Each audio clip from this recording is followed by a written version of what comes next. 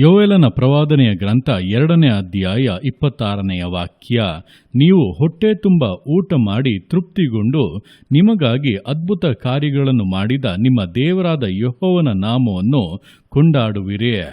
ಈ ವಾಕ್ಯದಲ್ಲಿ ದೇವರು ತನ್ನ ಜನರನ್ನು ತೃಪ್ತಿ ಪಡಿಸುವುದಾಗಿ ವಾಗ್ದಾನ ಮಾಡಿ ನುಡಿದಂಥ ಸಂಗತಿಗಳನ್ನು ವಿವರಿಸಲಾಗಿದೆ.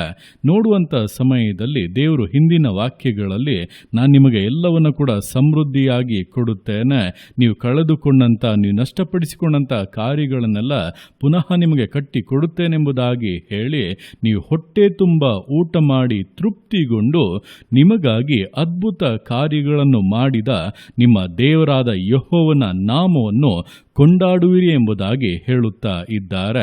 ಅಂದರೆ ನೀವು ಹೊಟ್ಟೆ ತುಂಬ ಉಂಡು ಸಕಲ ಕಾರ್ಯಗಳಲ್ಲೂ ತೃಪ್ತಿಯಿಂದ ಜೀವಿಸುವಾಗ ಇದು ಏನೋ ಸಾಧಾರಣವಾಗಿ ಅಥವಾ ಅಚಾನಕ್ಕಾಗಿ ಅಥವಾ ನಿಮ್ಮ ಸಾಮರ್ಥ್ಯದಿಂದಲೋ ಬಲದಿಂದಲೋ ಉಂಟಾದಂಥ ಕಾರ್ಯವಲ್ಲ, ಬದಲಾಗಿ ಇದು ದೇವರು ನಮ್ಮ ಮೇಲೆ ಕೃಪೆಯನ್ನು ತೋರಿ ಮಾಡಿದಂಥ ಒಂದು ದೊಡ್ಡ ಅದ್ಭುತ ಎಂಬುದನ್ನು ಅರಿತುಕೊಂಡು ಅದನ್ನು ಹಿಂತಿರುಗಿ ನೋಡಿ, ದೇವರು ನಮಗೆ ಇಷ್ಟು ಅದ್ಭುತವನ್ನು ಮಾಡಿದ್ದಾರಲ್ಲ, ಇಷ್ಟು ದೊಡ್ಡ ಮಹತ್ಕಾರ್ಯಗಳನ್ನು ಮಾಡಿದ್ದಾರಲ್ಲ ಎಂಬುದಾಗಿ ಆತನನ್ನು ಕೊಂಡಾಡುವಿರಿ ಎಂಬುದಾಗಿ ಹೇಳುತ್ತಾ ಇರುವಂಥದ್ದು. ಇದನ್ನು ನಮ್ಮ ಜೀವಿತದಲ್ಲಿ ನಾವು ಎಂದಿಗೂ ಕೂಡ ಮರೆತು ಬಿಡಬಾರದು. ಅನೇಕ ಬಾರಿ ನಮಗೆ ಸ್ವಲ್ಪ ಆಶೀರ್ವಾದಗಳು ಬಂದ ಕೂಡಲೇ, ಸ್ವಲ್ಪ ಉನ್ನತಿಗಳನ್ನು ಕಂಡ ಕೂಡಲೇ, ಸ್ವಲ್ಪ ಮಾನ ಗೌರವಗಳು ಹೆಚ್ಚಿದ ಕೂಡಲೇ ಇದು ನಾನು, ನನ್ನದು, ನನ್ನಿಂದಲೇ ಎಂಬುದಾಗಿ ಅಹಂಕಾರಗಳು ನಮ್ಮೊಳಗೆ ಹೆಚ್ಚಲು ಆರಂಭವಾಗುತ್ತದೆ. ಆದರೆ ಆ ರೀತಿ ಎಂದಿಗೂ ಕೂಡ ಅಂಥ ದುರಂಕಾರಗಳಿಗೆ ಅವಕಾಶವನ್ನು ಕೊಡದೆ ಇದು ಎಲ್ಲವೂ ಕೂಡ ದೇವರ ಕಾರ್ಯ. ದೇವರು ನಮ್ಮನ್ನು ನೆನಪಿಸಿಕೊಂಡು ನಮ್ಮ ಮೇಲೆ ಕೃಪೆಯನ್ನು ತೋರಿ ಮಾಡಿರುವಂಥ ಅದ್ಭುತ. ಇದಕ್ಕೆ ನಾನು ಪಾತ್ರನಲ್ಲ, ಆದರೆ ದೇವರ ಕೃಪೆಯೇ ನನ್ನನ್ನು ಈ ರೀತಿಯಾಗಿ ಉದ್ಧರಿಸುತ್ತಾ ಇದೆ, ಆಶೀರ್ವದಿಸುತ್ತಾ ಇದೆ.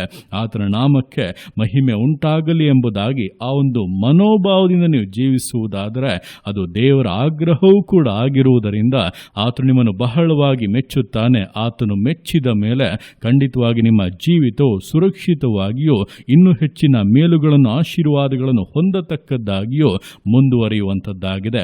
ಆದ್ದರಿಂದ ಈ ದಿವಸಗಳಲ್ಲಿ ದೇವರು ನಮಗೆ ಎಲ್ಲವನ್ನು ಕೂಡ ಕೊಡುವುದಕ್ಕೆ ಸಿದ್ಧವಾಗಿದ್ದಾರೆ. ಇದುವರೆಗೂ ಅನೇಕ ಅದ್ಭುತಗಳನ್ನು ಮಾಡಿದ್ದಾರೆ, ಈಗಲೂ ಮಾಡುತ್ತಾ ಇದ್ದಾರೆ, ಇನ್ನು ಮುಂದೆಯೂ ಕೂಡ ಮಾಡುತ್ತಾರೆ. ಆತನ ಅದ್ಭುತ ಕಾರ್ಯಗಳನ್ನು ನಾವು ಎಂದಿಗೂ ಕೂಡ ಮರೆತು ಬಿಡದೆ, ಅದನ್ನು ತಾತ್ಸಾರ ಮಾಡದೆ, ನಮ್ಮನ್ನೇ ನಾವು ಹೆಚ್ಚಿಸಿಕೊಳ್ಳದೆ ದೇವರ ಮುಂದೆ ತಗ್ಗಿಸಿ ಸಮರ್ಪಿಸುವುದಾದರೆ ಖಂಡಿತವಾಗಿ ಜೀವಿತದ ಆಶೀರ್ವಾದಗಳು, ಮೇಲುಗಳು ಇನ್ನೂ ಹೆಚ್ಚುತ್ತವೆ ಎಂಬುದನ್ನು ತಿಳಿದು ಎಲ್ಲ ವಿಷಯಗಳಲ್ಲೂ ದೇವರನ್ನು ಕೊಂಡಾಡುತ್ತಾ ಆತನ ನಾಮವನ್ನು ಮಹಿಮೆ ಪಡಿಸುತ್ತಾ ವಿಧೇಯತೆಯಿಂದ, ದೃಢತೆಯಿಂದ, ಸಮರ್ಪಣೆಯಿಂದ ವಿಶ್ವಾಸ ಜೀವಿತಗಳನ್ನು ಮುನ್ನಡೆಸೋಣ. ದೇವರ ಕರಗಳಲ್ಲಿ ಸಮರ್ಪಿಸಿ ಪ್ರಾರ್ಥಿಸೋಣ. ಯೇಸುವೆ ಸ್ತೋತ್ರ ರಾಜ, ಕೊಟ್ಟಂಥ ಈ ದಿವಸಕ್ಕೋಸ್ಕರ ಸ್ತೋತ್ರ ಕರ್ತನೆ. ಈ ದಿವಸ ನಿನ್ನ ಕರಗಳಲ್ಲಿ ಸಮರ್ಪಿಸ್ತೇನೆ. ಪ್ರತಿಯೊಂದು ಜೀವಿತಗಳನ್ನು ನೀನು ಆಳ್ವಿಕೆ ಮಾಡು, ಬಲಪಡಿಸು ಕರ್ತನೆ. ಹೌದಪ್ಪ, ನಿನ್ನ ವಾಕ್ಯದ ಮೂಲಕ ನಿನ್ನ ಮುಟ್ಟಿಗೆ ಮಾತನಾಡಿದ್ದೀಯ.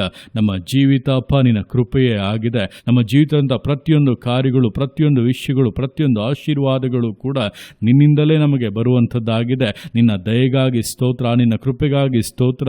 ನೀನು ನಮ್ಮ ಮೇಲೆ ಅಕ್ಕರೆಯನ್ನು ಇಟ್ಟು ಮಾಡುತ್ತಿರುವಂಥ ಎಲ್ಲ ಮಾತು ಕಾರ್ಯಗಳಿಗಾಗಿ ಅಪ್ಪ ನಿಮಗೆ ಸ್ತೋತ್ರಗಳು ಕರ್ತನೆ. ನಾವು ಅದನ್ನು ಅರಿತು ನಿಮ್ಮ ಅದ್ಭುತ ಕಾರ್ಯಗಳಿಗಾಗಿ ನಿಮ್ಮನ್ನು ಕೊಂಡಾಡುತ್ತೇವೆ, ನಿಮ್ಮನ್ನು ಘನಪಡಿಸುತ್ತೇವೆ. ನಮ್ಮನ್ನು ಮರೆಯದೆ ಕಾಪಾಡಿ ನಡೆಸುತ್ತಾ ಇರುವಂಥ ದೇವರೇ, ನಿಮಗೆ ಪೂರ್ಣ ಮಹಿಮೆ ಉಂಟಾಗಲಿ. ಜಯವನ್ನು ಅನುಗ್ರಹಿಸಪ್ಪ. ನನ್ನ ಕೇಳ್ತಾ ಇರುವಂಥ ಪ್ರತಿಯೊಬ್ಬೊಬ್ಬರ ಜೀವಿತಗಳು ಈ ದಿವಸಗಳಲ್ಲಿ ಇನ್ನೂ ಹೆಚ್ಚಿನ ಮೇಲುಗಳನ್ನು, ಆಶೀರ್ವಾದಗಳನ್ನು ಕಾಣುವಂತೆ ಸಹಾಯ ಮಾಡು. ಸೈತಾನ ಎಲ್ಲ ಕುಯುಕ್ತಿಗಳು, ತಡೆಗಳು ನೀಗಿ ಹೋಗಲಿ. ಅದ್ಭುತವಾದ ಆಶೀರ್ವಾದವಾದ ಅಪ್ಪ ಜೀವಿತಗಳನ್ನು ಒಬ್ಬೊಬ್ಬರಿಗೂ ಅನುಗ್ರಹಿಸು. ನಿನ್ನ ಮಕ್ಕಳಪ್ಪ ನಿನಗಾಗಿ ಸಾಕ್ಷಿಗಳಾಗಿ ಪ್ರಕಾಶಿಸಲಿ. ನಿನ್ನ ಆತೆಗೆ ಮಾಡುವಂಥ ನಿನ್ನ ಪ್ರೀತಿಗೋಸ್ಕರ, ಕೃಪೆಗೋಸ್ಕರ ಅಪ್ಪ ನಿಮಗೆ ಸ್ತೋತ್ರಗಳು. ಪ್ರತಿಯೊಂದು ಜೀವಿತಗಳನ್ನು ಅಪ್ಪ ನಿಮ್ಮ ಕರಗಳಲ್ಲಿ ಸಮರ್ಪಿಸ್ತಾ ಅದನ್ನು ಆಶೀರ್ವದಿಸು, ಮಾನಿಸು, ಘನಪಡಿಸು. ಎಲ್ಲೋ ನಿಮ್ಮ ಕರಗಳಲ್ಲಿ ಸಮರ್ಪಿಸಿ ಎಲ್ಲ ಸುತ್ತಿಗೆ ನಮ್ಮ ಆತ್ಮನೊಬ್ಬನಿಗೆ ಸಲ್ಲಿಸಿ ಯೇಸುವಿನ ನಾಮದಲ್ಲಿ ಬೇಡುತ್ತೆ ನಮ್ಮ ತಂದೆಯೇ. ಆಮೇನ್, ಆಮೇನ್.